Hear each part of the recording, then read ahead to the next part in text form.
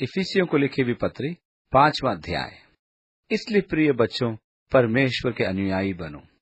पौलुस फिर आपको अध्याय 4 के अंतिम पद में ले जाता है, जहां हमें एक दूसरे के प्रति कृपालु और करुणामय और क्षमाशील होने का निर्देश दिया गया था, जैसे परमेश्वर ने भी मसीह में हमारे अपराध क्षमा किए। यहाँ पौलुस का विषय है परमेश्वर का क्षमादान, जो हमारे क्षमादान का आदर्श होता है। सत्य तो यह है कि पवित्र शास्त्र में मन के अच्छे स्वास्थ्य की कुंजी भी यही है। मन के स्वास्थ्य के लिए एक प्रमुख बात क्षमा की आत्मा है। यदि आप अपने हृदय में किसी के प्रति कड़वाहट या जलन रखते हैं, तो वो आपको उससे ज्यादा नुकसान करेगी, वो आपको खा जाएगी।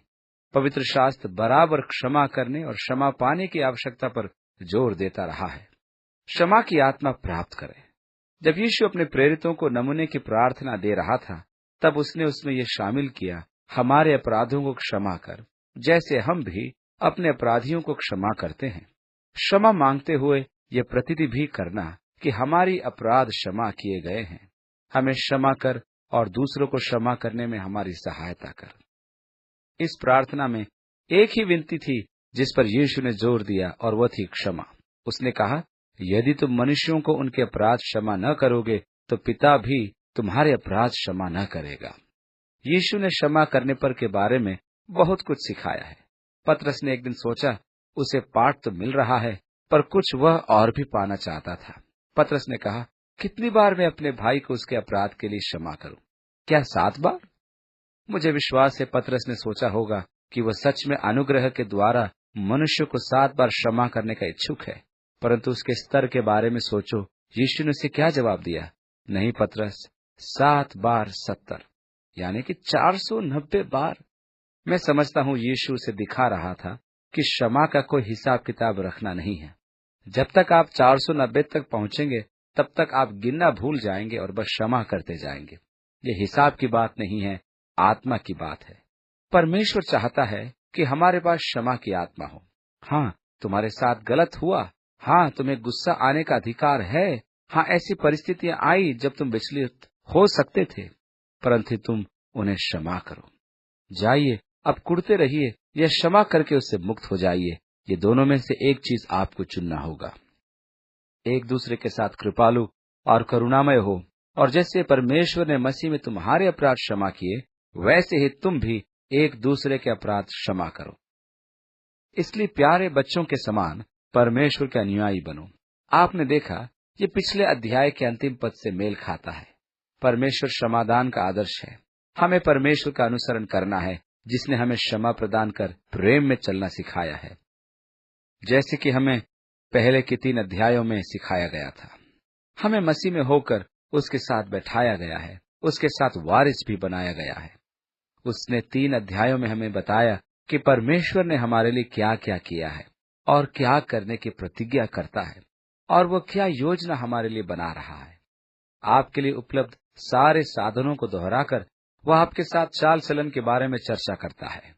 दुर्भाग्य से इस आदर्श का हमारे प्रचार में हम प्रयोग नहीं करते। हम तुरंत प्रचार करना आरंभ कर देते हैं कि लोगों को कैसे चलना चाहिए, कैसा व्यवहार करना चाहिए और कैसी प्रतिक्रिया करनी चाहिए। परंतु पवित्र शास्त्र ऐसा नहीं करता, जब तक कि वह सबसे पहले परमेश्वर की नींव न डाले। अनुग्रह, भलाई, आशीष, प्रबंध और फिर प्रेम की नींव, क्योंकि परमेश्वर ने आपसे इतना प्रेम किया है। धन्य है परमेश्वर, उसने हमें प्रेम करना सिखाया। प्रेम में चलें जैसे मसीह ने हमसे प्रेम किया, क्षमा किया, और परमेश्वर हमारा इसमें आदर्श है। हमें क्षमा करना है जैसे परमेश्वर ने हमें क्षमा किया है। परमेश्वर के अनुयायी बनो। यीशु मसीह प्रेम में चलने का हमारा आदर्श है, जिसने हमें प्यार किया और अपने आप को हमारे लिए दे दिया, जो स्वयं को बलिदान करने वाला प्यार है। उसने अपने आप को भेंट करके और बलिदान स्वरूप परमेश्वर को दे दिया, ताकि वह उसके लिए सुगंधित बलिदान हो जाए। और अब पौलुस बताता है कि जो शरीर के काम करते हैं, वे परमेश्वर के राज्य के वारिस न होंगे। ये बड़े दुख की बात है कि कई लोग अपने आप को तो वंचित रखते ही हैं, परंतु अपने कार्यों के द्वारा दूसरों को भी परमेश्वर के राज से वंचित कर देते हैं। ये परमेश्वर की आज्ञाओं का उल्लंघन है। पौलुस ने अपनी सूची में सबसे ऊपर उन गंदे कार्यों को रखा है।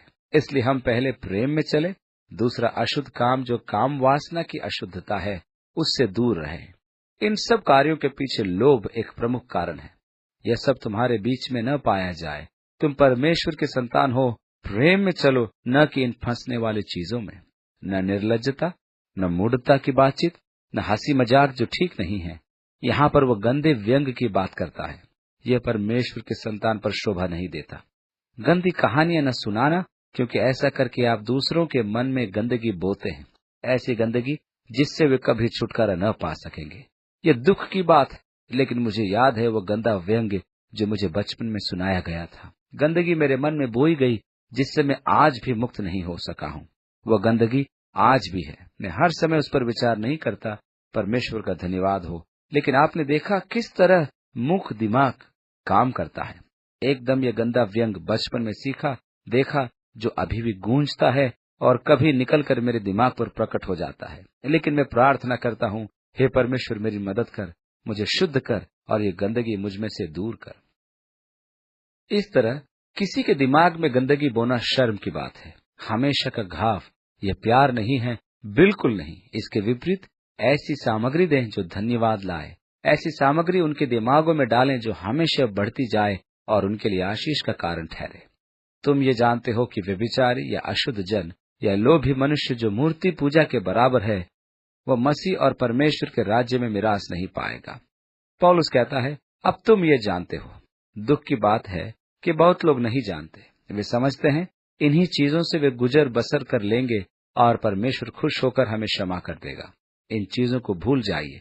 परंतु परमेश्वर पवित्र न्यायी है, और जो भी चीज यीशु मसीह के लहू से ढांपी नहीं गई, न्याय के समय हिसाब में खोली जाएंगी। कोई तुम्हें न ठगे।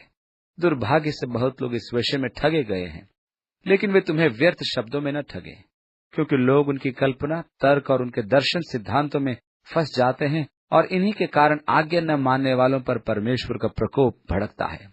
आरंभ की कलीसिया में एक सिद्धांत था जिसको हम गूढ़ ज्ञानवाद कहते हैं। गूढ़ ज्ञान के अनुसार हर एक चीज में बुराई है।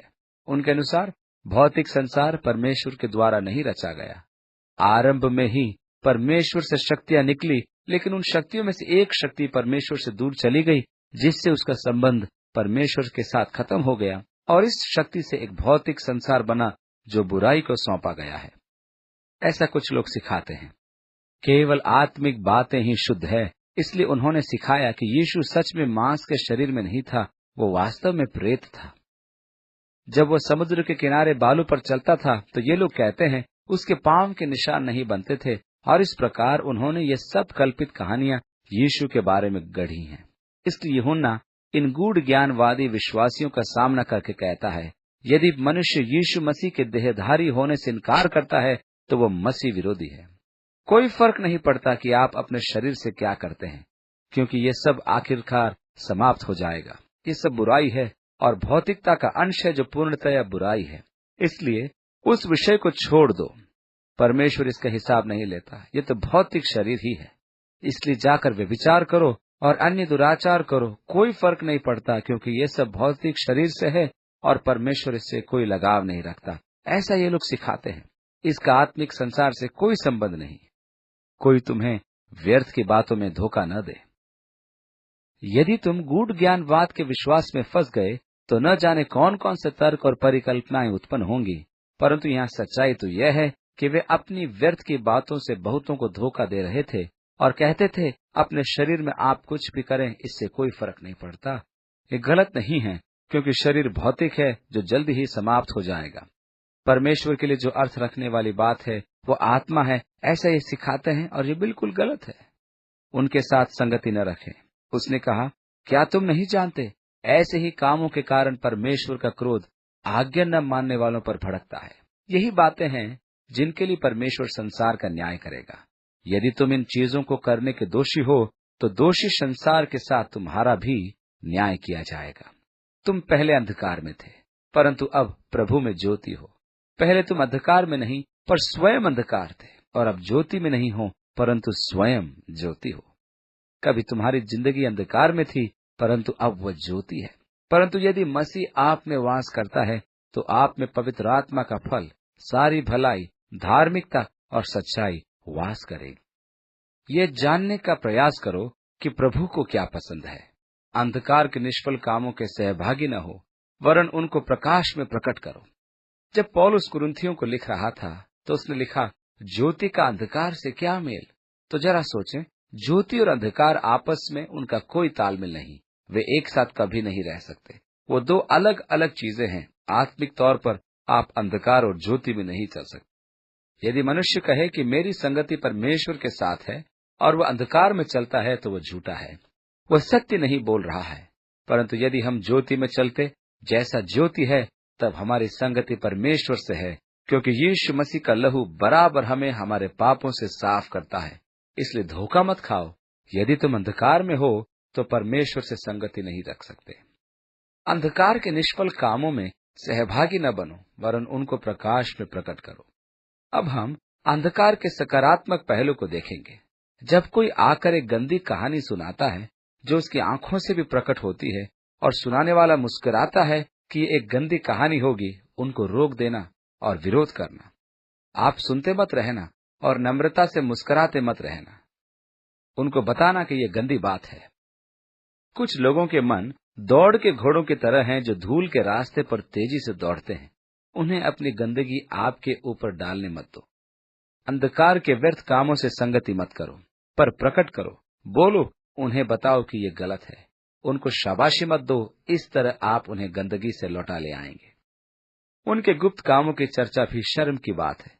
बहुत बार वे हमें अपने सप्ताह के अंत की बात बताना चाहते हैं कि उन्होंने अपने सप्ताह का अंत कैसे व्यतीत किया और क्या क्या किया।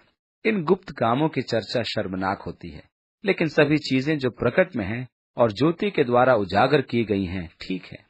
जो कुछ तुम करो ज्योति में करो। यीशु ने कहा, मैं संसार को नष्ट करने नहीं परंतु बचाने आया हूँ। जो मुझ पर विश्वास रखते हैं वे दोषी न ठहरेंगे, परंतु केवल वे जो विश्वास नहीं करते दोषी ठहर चुके हैं, क्योंकि उन्होंने परमेश्वर के इकलौते पुत्र पर विश्वास नहीं किया। ज्योति संसार में चमकी, परंतु उन्होंने ज्योति को स्वीकार नहीं किया, क्योंकि उनके काम गंदे थे। और यदि वे ज्योति में आए तो उनके काम प्रकट हो जाएंगे। इसलिए वे मसीह के पास नहीं आते, क्योंकि उनके काम गंदे हैं। मसीह ज्योति है और वे ज्योति में आना नहीं चाहते। उन्होंने अंधकार में रहना पसंद किया कि वे ज्योति से दूर रह सके। अब इस कारण वह कहता है, हे सोने वाले जाग और मुर्दों में से जी उठ, और मसीह की ज्योति तुझ पर चमकेगी। उनके लिए जो अंधकार में सो रहे हैं, पवित्र शास्त्र की बुलाहट है कि मुर्दों में से जी उठ उस आत्मिक मृत्यु से, ताकि यीशु मसीह आपको आत्मिक जीवन दे सके।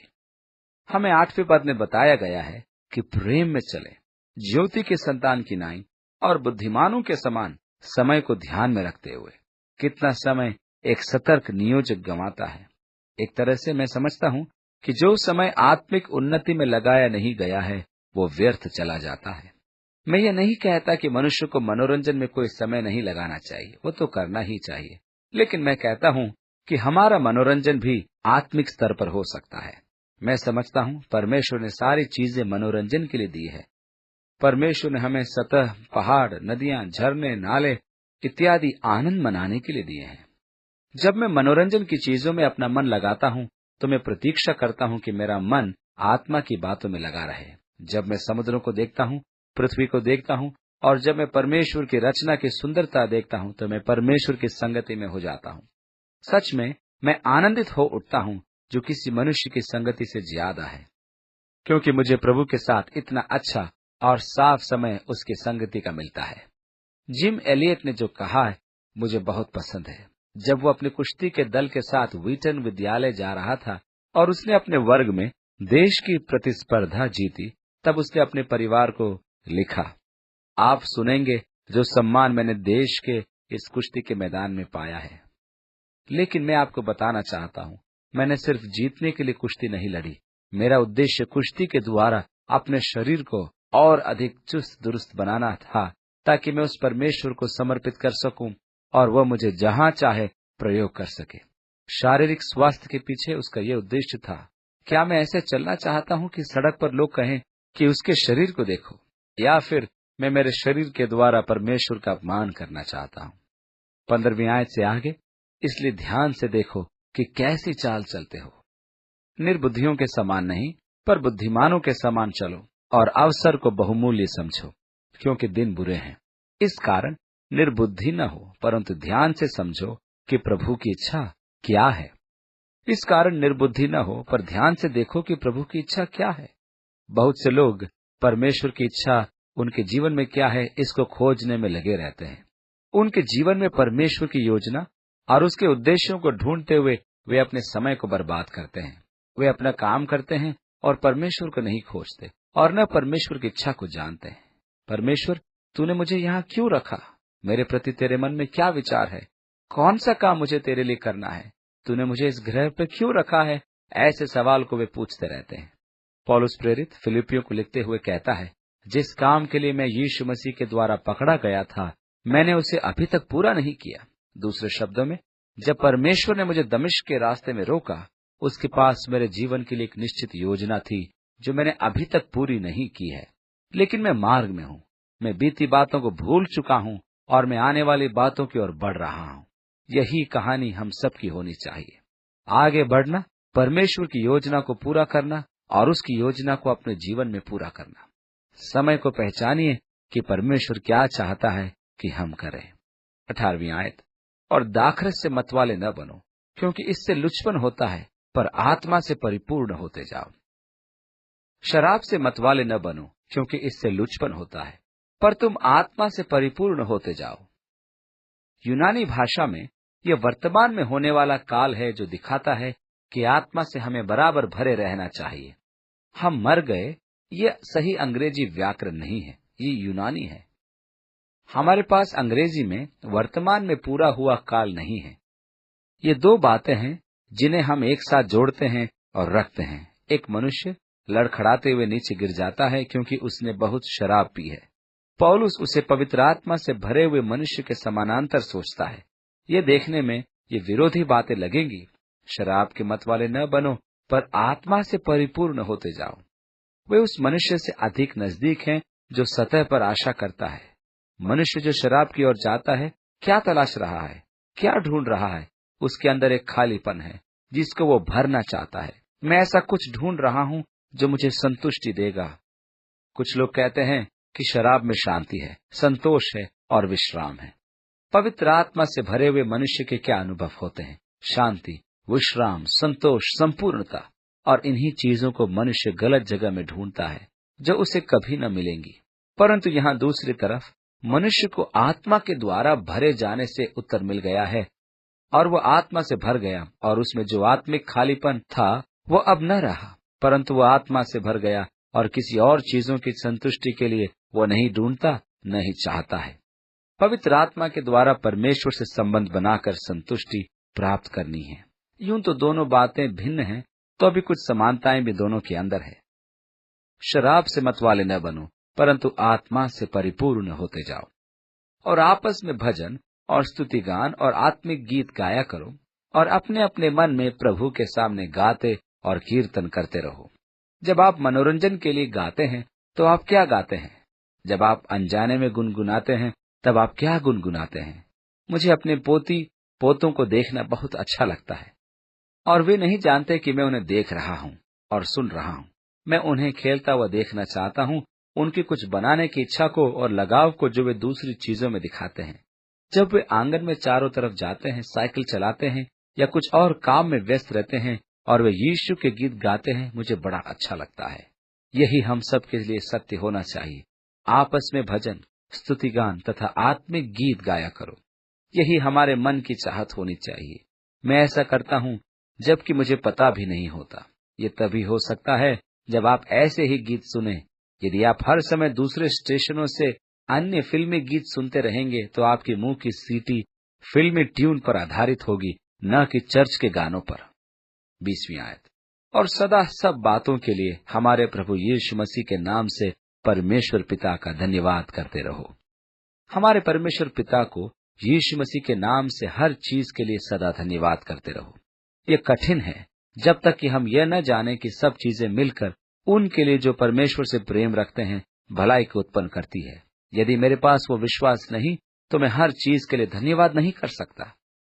यदि मैं पूरा विश्वास नहीं करता कि परमेश्वर मुझसे प्रेम करता है, वो मुझसे ज्यादा बुद्धिमान है और वे चीजें जो परमेश्वर ने मेरे जीवन में दिए हैं उन सब के लिए उसके पास एक योजना है, तब तो मैं उसको धन्यवाद नहीं दे पाऊंगा।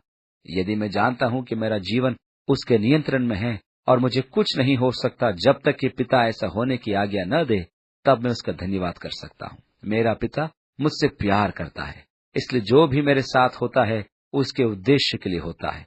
क्योंकि वो मुझसे प्रेम करता है, मैं उससे प्रेम करता हूं और उसने मुझे अपनी योजना के अनुसार बुलाया है। और तब उन चीजों के लिए जिनका उद्देश्य मैं अभी नहीं समझता, परमेश्वर का धन्यवाद करता हूं। 21वीं आयत, और मसीह के भय से एक दूसरे के अधीन रहो। परमेश्वर के भय में एक दूसरे के अधीन रहिए। वह शरीर के लालसा और कामों के बारे में बोलता है। शरीर का गुण है स्वार्थ और आत्म केंद्रित प्रकृति, जहां से धोखा, लालच और वे सब बातें जो स्वार्थ और आत्म केंद्रित प्रकृतियों को उत्पन्न करती है। हम अपना रास्ता अपनाते और अपने पसंद के लोगों को प्राप्त करना चाहते हैं। हम चाहते हैं कि लोग हमारी हुक्म पर चले, लेकिन हमें बताया गया है कि हमें एक दूसरे के अधीन रहना है। हमें एक दूसरे के सामने झुकना है। अपने मार्ग पर चलने की जिद हमारे लिए संघर्ष और मुसीबत लाती है। 23वीं आयत, हे पत्नियों, जैसे तुम प्रभु के अधीन हो, वैसे ही अपने अपने पति के भी अधीन रहो। पति पत्नी का सिर है, जैसे कि मसीह कलीसिया का सिर है। सिर का अर्थ अधिकार है। कलीसिया उसकी देह है और प्रभु यीशु मसीह उसका उद्धार करता है। जैसे कलीसिया मसीह के अधीन है, वैसे ही पत्नी भी हर बात में अपने पति के अधीन रहे। यह शादी का पहला नियम है जो परमेश्वर ने पत्नियों को दिया है। एक नियम का पालन करना बहुत सहज होना चाहिए। आप क्या सोचते हैं कि परमेश्वर ने ऐसा नियम क्यों बनाया? क्योंकि परमेश्वर पुरुष को जानता है और पुरुष का एक प्रतिरूप है। पुरुष कैसे भी ये अनुभव करना चाहता है कि स्थिति उसके नियंत्रण में है, चाहे वह सक्षम हो या कठिन, वह परिस्थितियों को संभाल सकता हो या नहीं।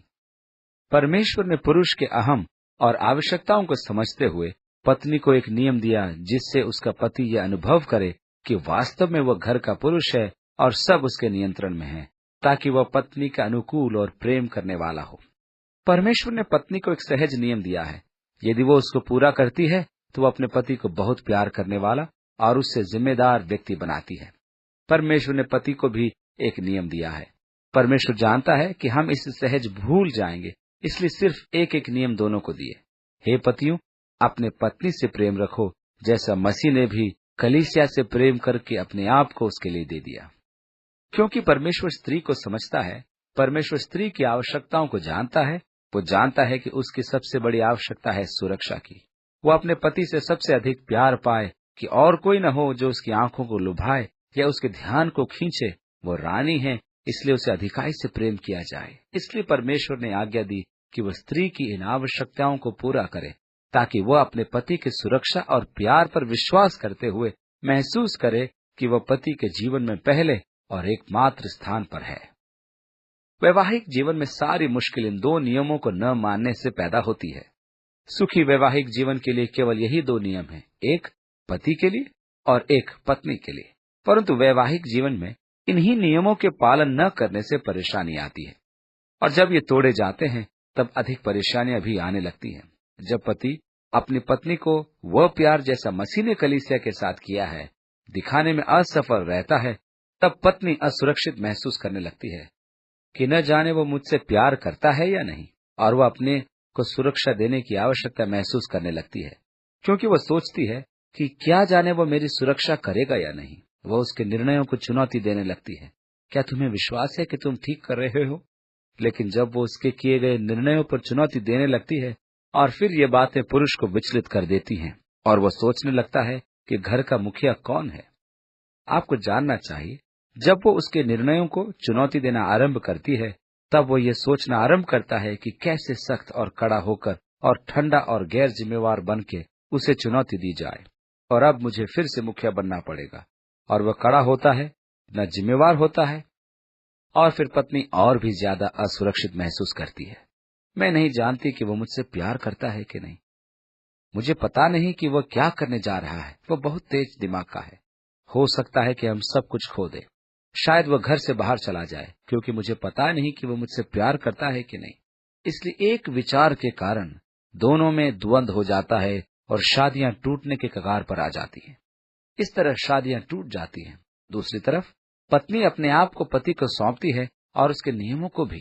प्रिय, मैं तुम पर छोड़ती हूँ, तुम ही हो जो चिंता करते हो, मुझे तुम पर भरोसा है। और ये सुनते ही आदमी का दिल पिघल जाता है और वो कहता है, ओह मेरी नन्ही सी कीमती गुड़िया। मुझे नहीं पता यदि मैं ठीक कर रहा हूँ या नहीं, लेकिन वो मुझ पर विश्वास करती है कि कितनी अच्छी बात है, और वो अनुभव करने लगता है कि वह उसका प्रेमी हृदय है।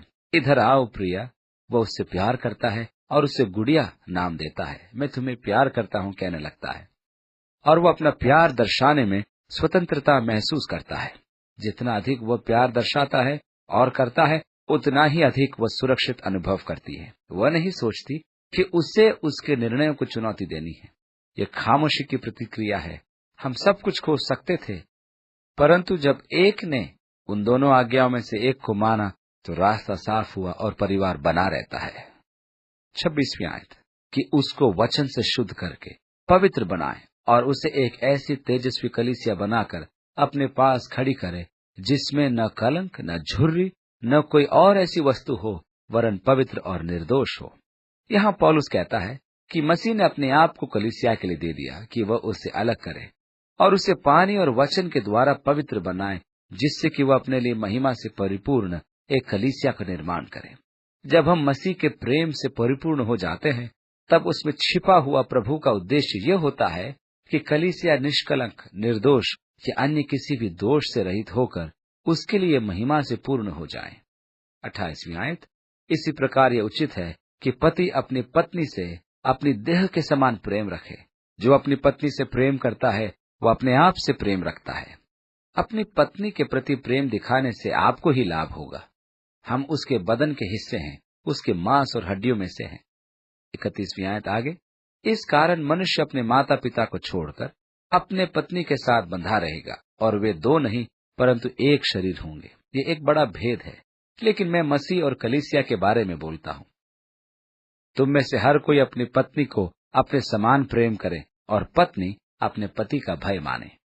ये संबंधों की बात होती है कि हम एक दूसरे के अधीन रहें, अर्थात पत्नियां अपने पति के अधीन रहें और पति अपने अपने पत्नियों से अत्यधिक प्रेम रखें।